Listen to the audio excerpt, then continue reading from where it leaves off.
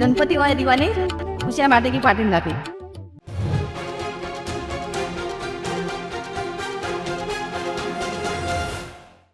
आपण कोकणाकडे जाऊया, कारण कोकण शिवसेनेचा गड आणि शिवसेनेत मुंबईत जरी शिवसेनेचा असलं तरी त्यांचा जो आधार आहे शिवसेनेचा मुंबईतल्या सुद्धा तो कोकणवासीय होते आणि कोकणाने कधीही शिवसेनेला धोका दिलेला नाही. ते नेहमी शिवसेनेबरोबर राहिलेले आहेत. आता अर्थात दोन वेगवेगळ्या शिवसेना आहेत, त्यात परत राणे फॅक्टर सुद्धा आहेत. कोकणामध्ये शिवसेना युबीटी जर आपण प्रमुख स्रोत मानला शिवसेनेचा किंवा बाळासाहेबांचा काय घराण्यातला स्रोत मानला आपण, तर शिवसेना युबीटी कोकणामध्ये किती स्ट्रॉंग वाटली तुम्हाला? का राणे एकामागून एक त्यांच्याकडनं तिकडचे सत्रप्स निघून गेल्यामुळे डॅमेज झाली आहे शिवसेना? रामदास कदम नाही आहेत, नारायण राणे त्यांच्याबरोबर नाही आहेत, उदय सामंत भले शिवसेनेत नवीन होते पण ते आता नाही आहेत. कुठेतरी ते डॅमेज झाली असं वाटलं का अजूनही शिवसेना मूळ धरून आहे? इट इज स्टील फायटिंग म्हणजे शिवसेना युबीटी असं नाही.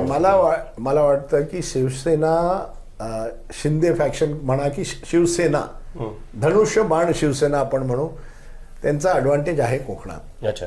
कारण की लोकल लीडर्स आहेत, लोकल लिडरशिप त्यांच्याकडे. आय मीन नारायण राणेचा इंटरव्ह्यू मुंबईतवर खूप गाजलाय तू म्हणालास, पण नारायण राणेला आपण काही प्रश्न विचारले ते वेगळी गोष्ट आहे, पण एकूण त्यांचा एक होल्ड आहे, त्यांच्या मुलांचा होल्ड आहे. ते मुलं किती विवादास्पद असो नितेश आणि निलेश, पण लोकांमध्ये त्यांचा एक म्हणजे राणे फॅमिलीचा एक होल्ड आहे. जसं आपण म्हणालो फॅमिली पॉलिटिक्स आपण पश्चिम महाराष्ट्रात बघतो, थोडंफार सिंधुदुर्ग मध्ये आहे. तर त्या एरियाजमध्ये त्यांच्या दमवर त्यांचे जे साधन आहेत त्यांच्याकडे, त्याचा नक्की कुठे ना कुठे ॲडव्हान्टेज त्यांना मिळणार. मला ती सहानुभूती दिसली नाही उद्धव ठाकरेंसाठी कोकणात. उदय सामंतचा तू उदाहरण दिलंस. उदय सामंतवर मला वाटतं रत्नागिरीमध्ये त्यांनी बेस आपला एक बनवला आहे आणि तोच एक ह्या महाराष्ट्राच्या इलेक्शनमध्ये लोकल सत्रप जे आहेत, ज्यांनी गेल्या 5 वर्षात कुठे ना कुठे काम केलं असेल, त्यांना जे पैसे मिळाले,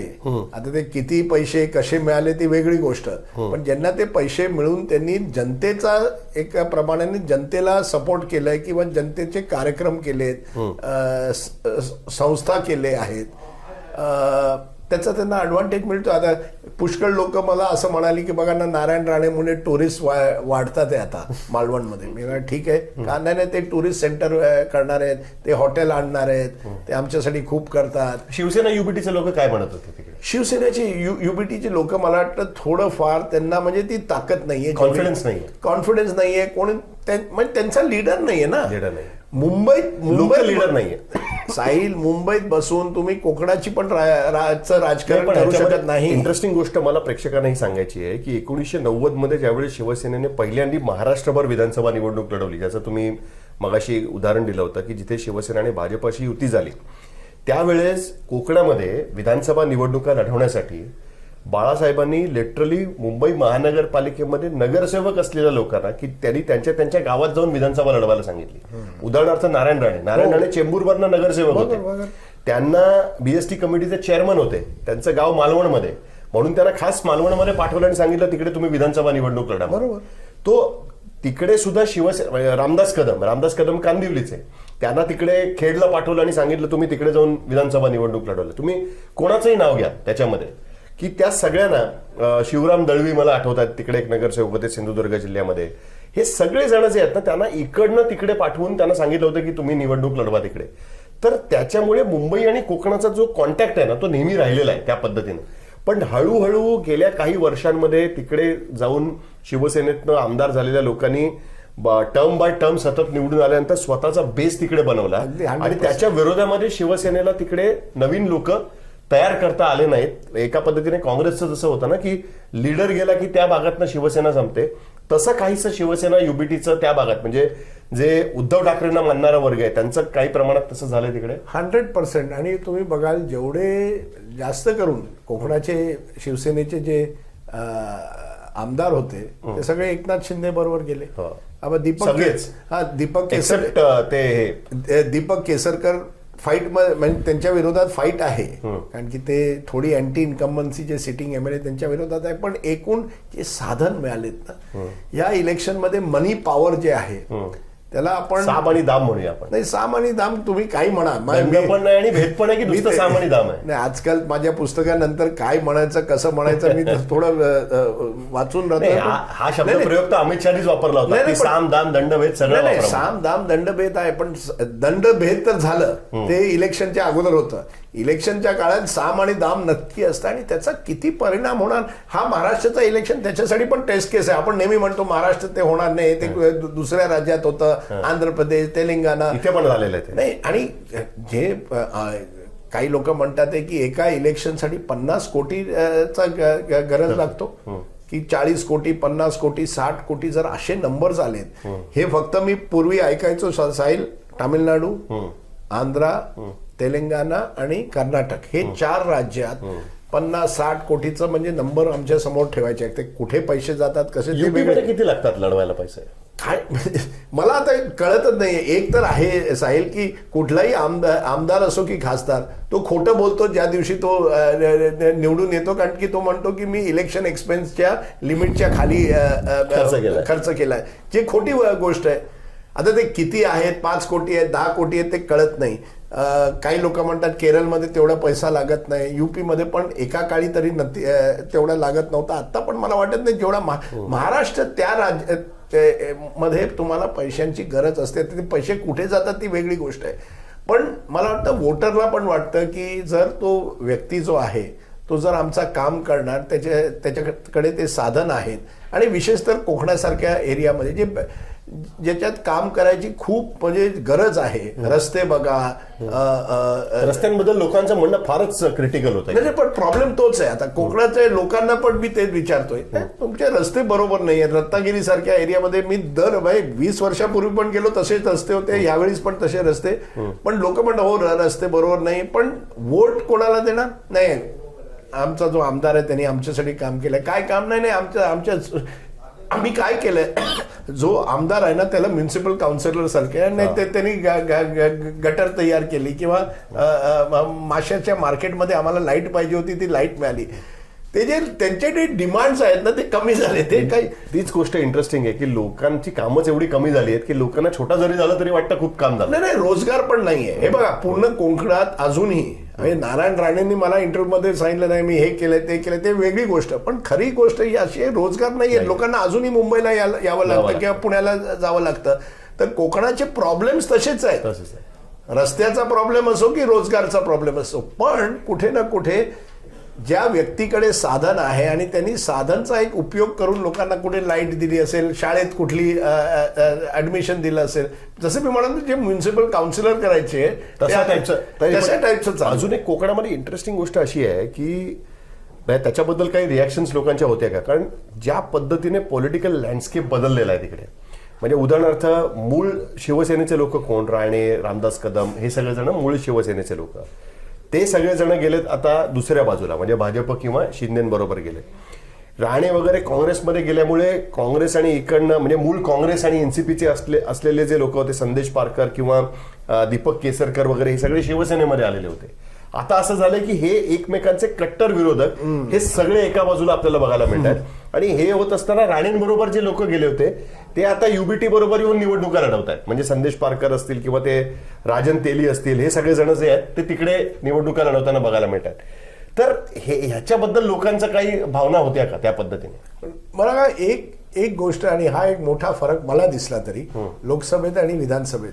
लोकसभेत 50 खोके एकदम ओके, ते म्हणजे तुम्ही जसं म्हणाला किंवा लोकांना विचारलं, लोकांना वाटलं की हे जे झालंय खोटं झालंय, हे व्हायला नको.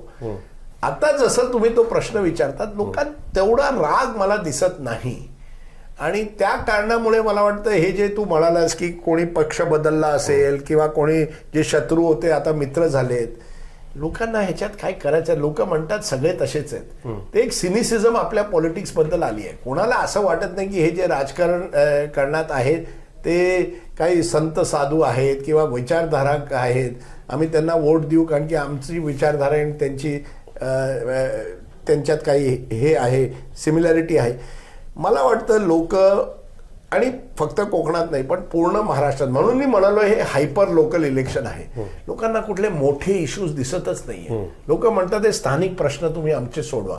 स्कूल असो, हॉस्पिटल असो, ड्रेनेज असो, हे जे लहान प्रश्न आहेत तुम्ही सोडवा, आम्ही तुम्हाला वोट देऊ. कारण की आम्हाला लोक हेही म्हणाली आम्हाला माहिती आहे की आम्ही कोणाला वोट दिलं कदाचित ते इलेक्शन नंतर कुठल्या दुसऱ्या पक्षात जातील, पण ते म्हणजे ते एका काळी एक्सेप्ट केलंय लोकांनी. आणि ते त्या कारणामुळे मला वाटत नाही की तुम्ही कोणाला हे म्हणू शकता की अरे तू चोर आहे की तू गद्दार आहे.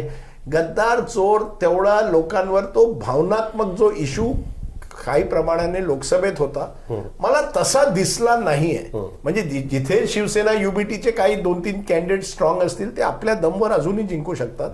पण ओव्हरऑल मी म्हणेन कोकणात साहिल शिंदे सेनाला ॲडव्हान्टेज आहे. कारण की ते जे बीजेपी सेनेचे जे नेते होते त्यांच्याकडे साधन होते ते सगळे शिंदे सेनेकडे गेले. तर बेसिकली अनेक गोष्टी होणार आहेत आणि आता तर काय 20 तारखेला मतदानच होणार आहे. यावेळेस एक्झिट पोल करायचे की नाही करायचे सगळेच जण विचार करतायत. पण जे काही मार्केटमध्ये एक्झिट पोल येतील त्याच्यावरती आपली चर्चा होणारच आहे. शेवटचा दिवस पण आता 20 तारखेनंतर सगळ्या गोष्टी आता क्लिअर होतीलच. त्याच्यामध्ये 23 तारखेला गोष्टी क्लिअर होतील. पण तोपर्यंत महाराष्ट्रातल्या 30 वेगवेगळ्या शहरांमध्ये वेगवेगळ्या भागांमध्ये जाऊन आणि ऑलमोस्ट 15 ते 20 जिल्हे कव्हर केल्यानंतर महाराष्ट्राचं एक साधारण चित्र काय निघतंय वेगवेगळ्या भागाचं ते आम्हाला समोर ठेवायचं होतं. राजदीप तुम्ही मुंबई तकशी बोललात त्याच्याबद्दल मनापासून धन्यवाद. 23 तारखेची तयारी करा आणि त्याच्यामुळे अजूनपर्यंत मुंबई तक तुम्ही सबस्क्राईब केलं नसेल तर सबस्क्राईब करा. मला तुम्हाला आवर्जून सांगायचं आहे की ते सबस्क्रिप्शन फ्री आहे, तुम्हाला काही पैसे द्यायला लागत नाहीत त्याच्यासाठी. नाही आणि मी एक म्हणणार की मी बघतोय जे काम तुमच्या पूर्ण मुंबई तकच्या टीमने केलं आहे एकदम फर्स्ट क्लास आहे. मी पुष्कळ चॅनल्स बघतो म्हणजे न्यूज चॅनल्स बघतो की आजच्या परिस्थितीत कुठल्याही एक डिजिटल चॅनलने एवढ्या लोकांसमोर असे प्रश्न आणले आहेत. इंटरव्ह्यूज असो, तुझे इंटरव्ह्यूज पहिले सगळे राजनेता साहिलला इंटरव्ह्यू देतात, मग इतरांना देतात, मग त्याच्यात जे लोकल इश्यूज असो, जे ग्राउंड रिपोर्ट्स तुम्ही केलेत, मला वाटतं एक पत्रकारिताची जी एक स्तंभ असावा म्हणजे काही नॉर्म्स असावे, एथिक्स असावे, ते तुम्ही दाखवलेत की अजून पत्रकारिता महाराष्ट्र ज्वलंत आहे. आणि मला वाटतं जास्त लोक कदाचित मुंबईत तक बघतील आणि तुमचे जे मोठे मराठी चॅनल्स कमी बघतील. नक्की तुम्ही गॅरंटी मी तुम्हाला माझी गॅरंटी. चला एक तुम्ही एक वचन देऊन टाका कारण सध्या वचनाचा दिवस आहे सगळे त्याच्यामुळे की जसं तुम्ही 2024च्या लोकसभेवरती एक पुस्तक लिहिलं, आता महाराष्ट्रात तुम्ही हेलिकॉप्टरने फिरलात सगळीकडे, तर एक महाराष्ट्राच्या निवडणुकीवर पण पुस्तक लिहायला हरकत नाही. नाही पुस्तक साहिलनी लिहायला पाहिजे, मी लिहिणार नाही. मी पुस्तक लिहितो आणि माझ्यावर वादळ जे असतात ते अजूनही वाढतात. पण नाही, महाराष्ट्रावर कोणी एक पुस्तक लिहावं पण फक्त इलेक्शनवर नाही. महाराष्ट्राची मला एक म्हणजे दुःख आहे की अशा महाराष्ट्रात जी मी 1990चं इलेक्शन मी पहिल्यांदा कव्हर केलं महाराष्ट्राचं इलेक्शन, त्याच्यात आणि आत्ताच्या परिस्थितीत तेवढा फरक नाही झाला 34 वर्षात जेवढा व्हायला पाहिजे होता. म्हणजे लोकांची जी परिस्थिती आहे विशेषतः ग्रामीण क्षेत्रात तेवढा काही ड्रामॅटिक चेंज झाला नाहीये. आणि महाराष्ट्राच्या राजकारणात हे प्रश्न आहे त्यांच्यासमोर की तुम्ही कसं महाराष्ट्रामध्ये डिसेंट्रलायझेशन ऑफ इंडस्ट्री किंवा रोजगार, महाराष्ट्र म्हणजे मुंबई, पुणे, नाशिक ह्याच्या बाहेर एक महाराष्ट्र आहे. तो महाराष्ट्र कसं तुम्ही त्याला म्हणजे एक इंटिग्रेटेड महाराष्ट्र करणार हा एक चॅलेंज आहे. सोपं नाहीये, काही इझी सोल्युशन नाहीये. कॉम्पिटिशन आहे. तामिळनाडू, कर्नाटका, तेलंगणा इथे पण इंडस्ट्रीज जातात आहे. पण मला अजूनही वाईट वाटतं की विदर्भ किंवा मराठवाड्यात IT parks, Naveen service industries, काही लोक शिक्षित आहेत जसं तू म्हणालास, लोकांमध्ये जिगर आहे, लोक पॉलिटिकली अवेअर आहेत, सोशली अवेअर आहेत, पण त्यांना ते इकॉनॉमिक बेनिफिट मिळत नाहीये जेवढा अपेक्षित आहे. आणि मी तामिळनाडू सारख्या राज्यात मला दिसलंय, एकूण मी जेव्हा भारतात गेलो त्या राज्यात तुम्ही कोइंबतूरमध्ये जा, इतर जे त्यांचे मोठे टाउन्स आहेत तिथेही जा, एक दिसतं की एक प्रोग्रेसिव्ह जे त्यांची सोशल प्रोग्रेसिव्हनेस आहे त्याच्यात एक आर्थिक पण त्यांना बेनिफिट मिळाली आहे, ती पूर्णपणे अजून महाराष्ट्रात मिळाली नाही. ठीक आहे, बघूया महाराष्ट्रामध्ये या नवीन येणाऱ्या सरकारकडनं आपण काय अपेक्षा ठेवायच्या, कुठलं सरकार येत आहे ते आपल्याला 23 नंतर 23 तारखेला कळलं तर खूपच चांगलं, पण नाही कळलं तर अजून महिन्याभरानंतर काय होईना पण आपल्याला कळेल, तेव्हा आपल्याला कळेल. त्याच्यानंतर अजून पुढचे 6 महिने बघायला लागेल की ते सरकार कशा पद्धतीने चालतं. आत्ताच्या परिस्थितीत